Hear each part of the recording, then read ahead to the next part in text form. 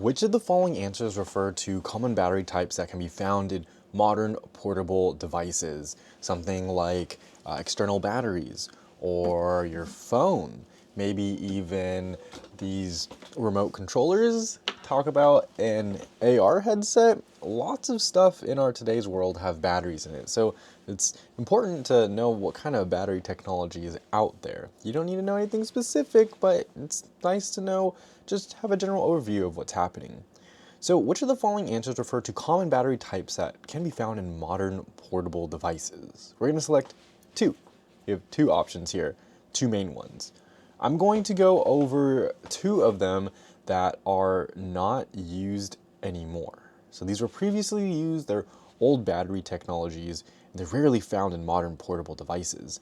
They're going to be the nickel cadmium, that's out, old. Then we have nickel iron, or NeFe. So the first one and the last one, those two, out.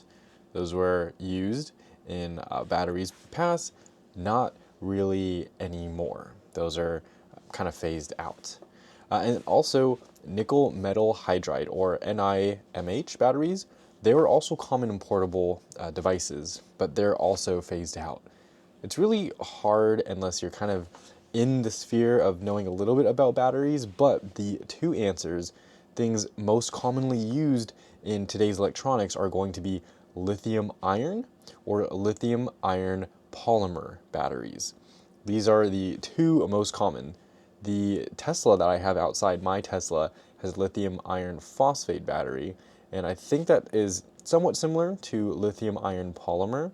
My phone has a lithium iron battery. My brother's Tesla has a lithium iron battery, so these are the two most common used.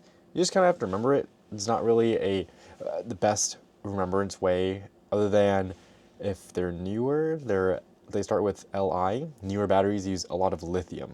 So that's how I like to remember it, and that's how you would remember it if you have these two options.